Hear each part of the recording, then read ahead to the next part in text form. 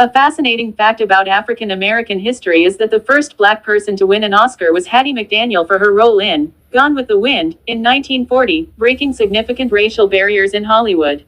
Hattie McDaniel's Oscar win in 1940 for Best Supporting Actress in Gone with the Wind was a landmark achievement, as she became the first African American to win an Academy Award.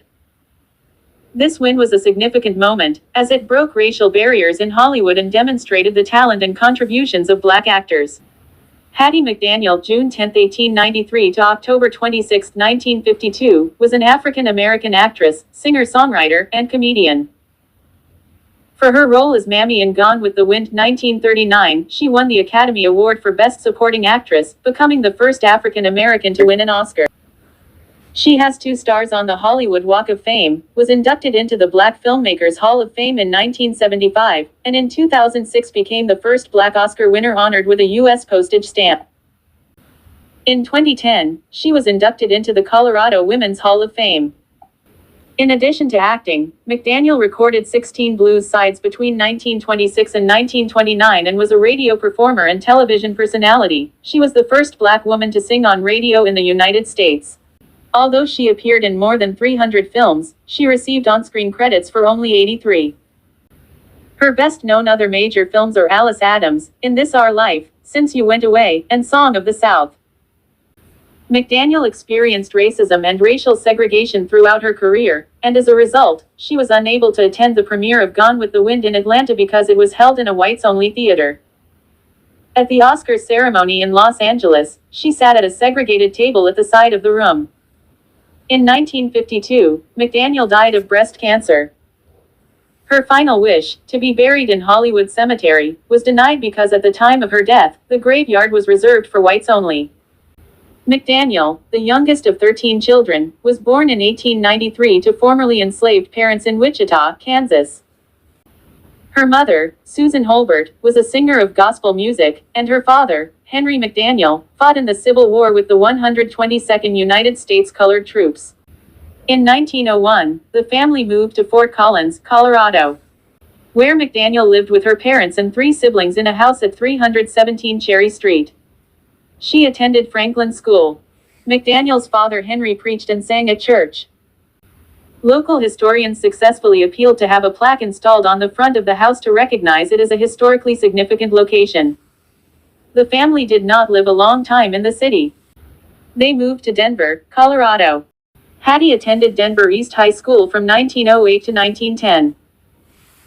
In 1910, she won a gold medal for reciting Convict Joe, a pre-Prohibition-era poem about the evils of alcohol, for a Women's Christian Temperance Union contest. Her brother, Sam McDaniel, played the butler in the 1948 Three Stooges short film Heavenly Days. Her sister Etta McDaniel was also an actress. McDaniel was a songwriter and performer. She also married her first husband, Howard Hickman. They lived for a short time at 32 Meade Street in Denver, until he died of pneumonia in 1915. She honed her songwriting skills while working with her brother Otis McDaniel's Carnival Company, a minstrel show. McDaniel and her sister Etta Goff launched the McDaniel Sisters Company, an all-female minstrel show in 1914. After the death of her brother Otis in November 1916, Hattie and Etta performed to full-capacity crowds as the McDaniel Sisters and their Merry Minstrel Maids in April and May 1917. From 1920 to 1925, she appeared with Professor George Morrison's Melody Hounds, a black touring ensemble. In the mid-1920s, she embarked on a radio career, singing with the Melody Hounds on station KOA in Denver. From 1926 to 1929, she recorded many of her songs for OK Records and Paramount Records in Chicago. McDaniel recorded 2 sides during a session with Hartzell, Tiny, Parham in the summer of 1926 for the Merit label in Kansas City, Missouri. After the stock market crashed in 1929, McDaniel could only find work as a washroom attendant at Sam Pick's Club Madrid near Milwaukee. Despite the owner's reluctance to let her perform, she was eventually allowed to take the stage and soon became a regular performer. In 1931, McDaniel moved to Los Angeles, where she joined her brother Sam and sisters Etta and Orlina. When she could not get film work, she took jobs as a maid and laundress. Sam was working on a KNX radio program, The Optimistic Donut Hour, and was able to get his sister a spot. And she performed on radio as Hi Hat Hattie, a bossy maid who often forgets her place. Her show became popular, but her salary was so low that she had to keep working as a maid. She made her first film appearance in The Golden West 1932, in which she played a house servant, or Mammy. Her second appearance came in the highly successful Mae West film I'm No Angel 1933, in which she had a significant part. In 1934, McDaniel joined the Screen Actors Guild. She began to attract attention and landed larger film roles, which began to win her screen credits. Fox Film Corporation put her under contract to appear in The Little Colonel 1935 with Shirley Temple, Bill Bojangles Robinson, and Lionel Barrymore. Judge Priest 1934, directed by John Ford and starring Will Rogers, was the first film in which she played a major role. She had a leading part in the film and demonstrated her singing talent, including a duet with Rogers. Rogers helped guide McDaniel's performance. In 1935, McDaniel had prominent roles as a slovenly maid in Alice Adams' RKO Pictures, a comic part as Jean Harlow's maid and traveling companion in China Seas MGM, also starring Clark Gable, and as the maid Isabella in Murder by Television, with Bela Lugosi. She appeared in the 1938 film Vivacious Lady, starring James Stewart and Ginger Rogers. McDaniel had a featured role as Queenie in the 1936 film Showboat, Universal Pictures, starring Alan Jones and Irene Dunne, in which she sang a verse of Can't Help Lovin' Dat Man, and she and Robeson sang, I Still Suits Me. After Showboat, she had major roles in MGM's Saratoga, 1937, starring Jean Harlow and Clark Gable, The Shopworn Angel, 1938, with Margaret Sullivan, and The Mad Miss Manton, 1938, starring Barbara Stanwyck and Henry Fonda. She had a minor role in Nothing Sacred, 1937, in which she played the jilted wife.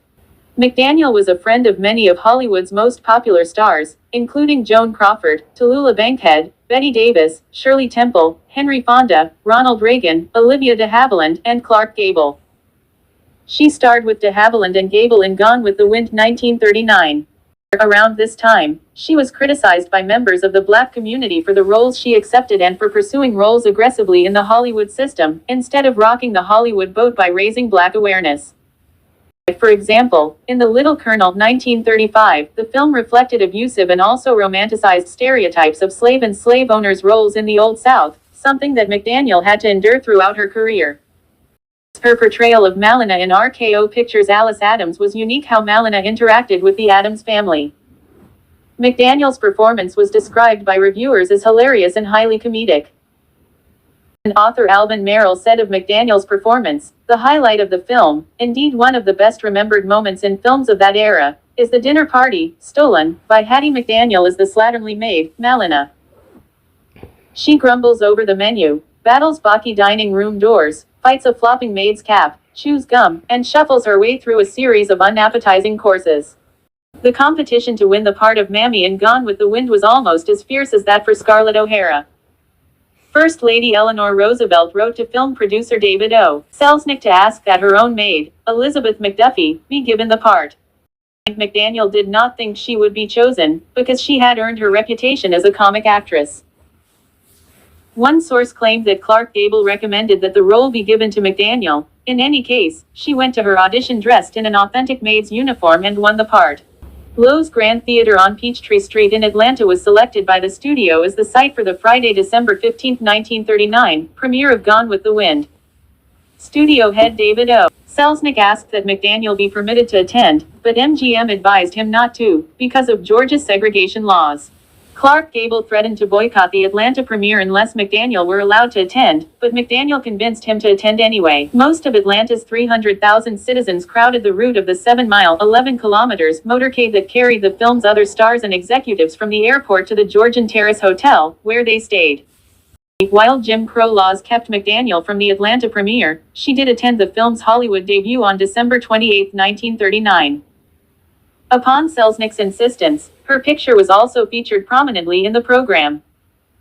For her performance as the house servant who repeatedly scolds her owner's daughter, Scarlett O'Hara, Vivian Leigh, and scoffs at Rhett Butler, Clark Gable, McDaniel won the 1939 Academy Award for Best Supporting Actress, the first black actor to have been nominated and win an Oscar.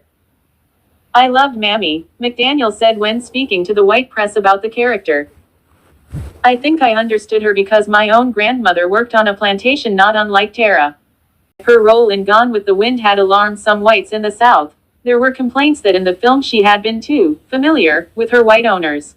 At least one writer pointed out that McDaniel's character did not significantly depart from Mammy's persona in Margaret Mitchell's novel, and that in both the film and the book, the much younger Scarlett speaks to Mammy in ways that would be deemed inappropriate for a Southern teenager of that era to speak to a much older white person, and that neither the book nor the film hints of the existence of Mammy's own children dead or alive, her own family dead or alive, a real name, or her desires to have anything other than a life at Tara, serving on a slave plantation.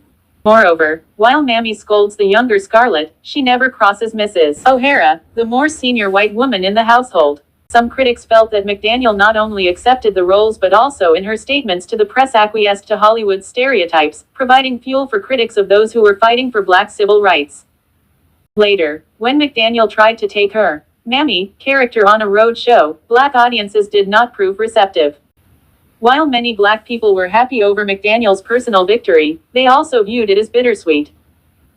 They believed Gone with the Wind celebrated the slave system and condemned the forces that destroyed it. And for them, the unique accolade McDaniel had won suggested that only those who did not protest Hollywood's systemic use of racial stereotypes could find work and success there. A review in the Times noted that McDaniel almost acts everybody else off the screen when she is allowed to appear in the foreground. The 12th Academy Awards took place at Coconut Grove Restaurant of the Ambassador Hotel in Los Angeles. It was preceded by a banquet in the same room. Luella Parsons, an American Gossip columnist, reported about Oscar night, writing on February 29, 1940. Hattie McDaniel earned that gold Oscar by her fine performance of Mammy in Gone with the Wind.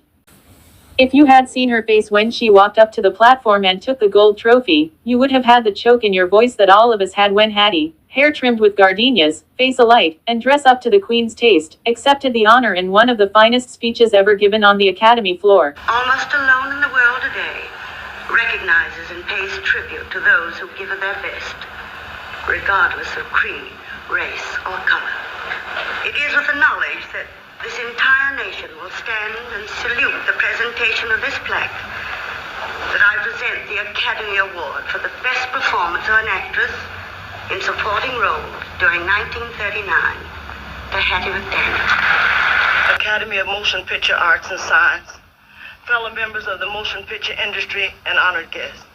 This is one of the happiest moments of my life, and I want to thank each one of you who had a part in selecting me for one of the awards.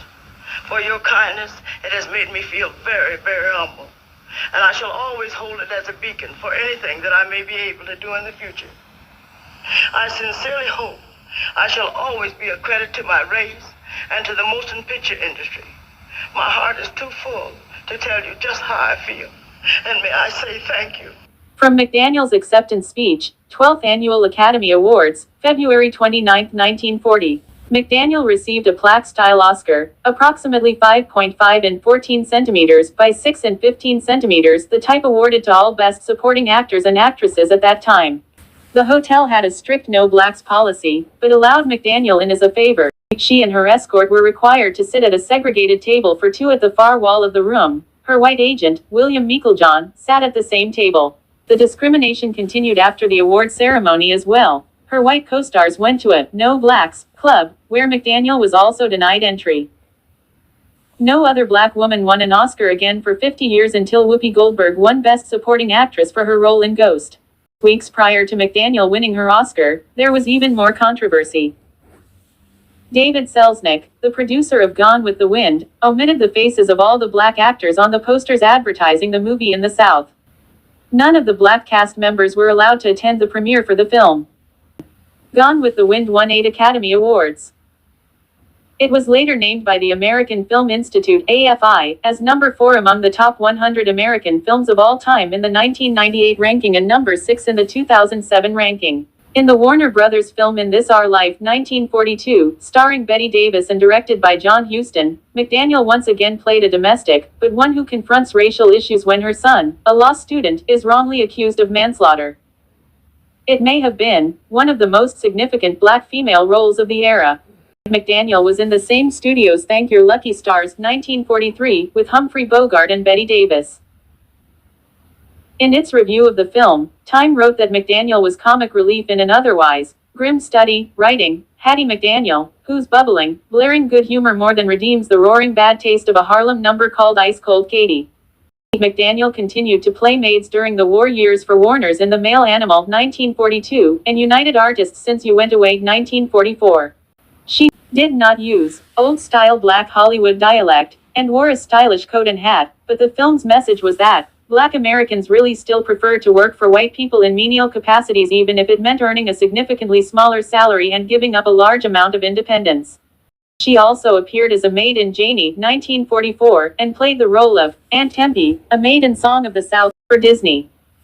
She made her last film appearances in Mickey, 1948, and Family Honeymoon, 1949, where that same year, she appeared on the live CBS television program The Edwin Show.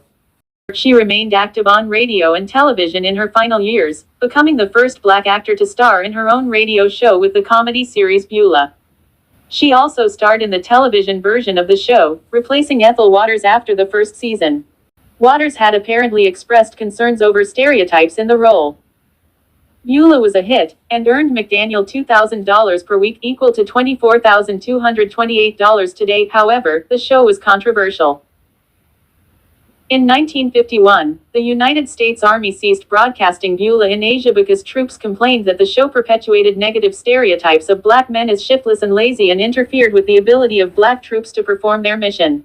In the late 1940s, her health declined. McDaniel learned she had breast cancer. Too ill to work, she was replaced by Louise Beavers. McDaniel married Howard Hickman on January 19, 1911, in Denver, Colorado. He died on March 3, 1915. She married her second husband, George Langford, in 1922. He died of a gunshot wound a little while after they were married. She married James Lloyd Crawford, a real estate salesman, on March 21, 1941, in Tucson, Arizona. In his book Bright Boulevards, Bold Dreams, Donald Bogle describes McDaniel as happily confiding to gossip columnist Hedda Hopper in 1945 that she was pregnant. McDaniel began buying baby clothes and set up a nursery in her house. Her plans were shattered when she suffered a false pregnancy and fell into a depression. She never had any children. She divorced Crawford in 1945, after 4.5 years of marriage. Crawford had been jealous of her career success, she said. She married Larry Williams, an interior decorator, on June 11, 1949, in Yuma, Arizona, but divorced him in 1950 after testifying that their 5 months together had been marred by arguing and fussing. McDaniel broke down in tears when she testified that her husband tried to provoke dissension in the cast of her radio show and otherwise interfered with her work. "I haven't gotten over it yet," she said. "I got so I couldn't sleep. I couldn't concentrate on my lines." During World War II, she served as chairman of the Negro Division of the Hollywood Victory Committee, providing entertainment for soldiers stationed at military bases. The U.S. military was segregated, but black entertainers were not yet allowed to serve on white entertainment committees. She elicited the help of a friend, the actor Lee Whipper, and other black entertainers for her committee. She made numerous personal appearances at military hospitals, threw parties, and performed at United Service Organizations (USO) shows and war bond rallies to raise funds to support the war on behalf of the Victory Committee. McDaniel was also a member of American Women's Voluntary Services. She joined actor Clarence Muse, one of the first black members of the Screen Actors Guild, in an NBC radio broadcast to raise funds for Red Cross relief programs for Americans that had been displaced by devastating floods, and she gained a reputation for generosity, lending money to friends and strangers alike. When her Los Angeles neighbors in the Sugar Hill area tried to have black families evicted from their homes by suing to have race-restrictive covenants enforced, McDaniel took a lead role.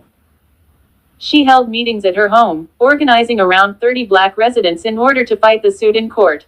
Hattie McDaniel was an honorary member of Sigma Gamma Rho and its branch in Los Angeles. On August 26, 1951, McDaniel suffered a stroke, complicated by diabetes and a heart ailment, and was admitted to the Temple Hospital in Los Angeles. She died of breast cancer on October 26, 1952, in the hospital of the Motion Picture House in the San Fernando Valley. She was survived by her brother Sam McDaniel. Over 3,000 mourners turned out to celebrate her life and achievements. McDaniel wished to be buried in Hollywood Cemetery, which upheld a policy of racial segregation at the time and refused to inter her. She was buried instead in Rosedale Cemetery, the first cemetery in Los Angeles open to all races and creeds. In 1999, Hollywood Cemetery offered to have McDaniel reinterred there, but after her family declined the offer, the cemetery erected a cenotaph, now one of Hollywood's most popular tourist attractions, overlooking its lake. McDaniel's last will and testament of December 1951 bequeathed her Oscar to Howard University, where she had been honored by the students with a luncheon after she had won her Oscar. At the time of her death, McDaniel would have had few options. Very few white institutions in that day preserved Black history. Historically, Black colleges had been where such artifacts were placed. Despite evidence McDaniel earned an excellent income as an actress, her final estate was less than $10,000. The IRS claimed the estate owed more than $11,000 in taxes. In the end, the probate court ordered all of her property, including her Oscar, sold to pay off creditors. Years later, the Oscar turned up where McDaniel wanted it to be, Howard University, where, according to reports, it was displayed in a glass case in the university's drama department. It appears to have gone missing from Howard in the 1960s or 1970s, and it was never recovered. On September 26, 2023, the Academy of Motion Picture Arts and Sciences announced that it would replace McDaniel's Oscar, returning it to Howard University in a ceremony which was held on October 1, 2023. Before leaving the channel, don't forget to hit the subscribe bell and hit the like bell. It helps the channel grow. Thank you.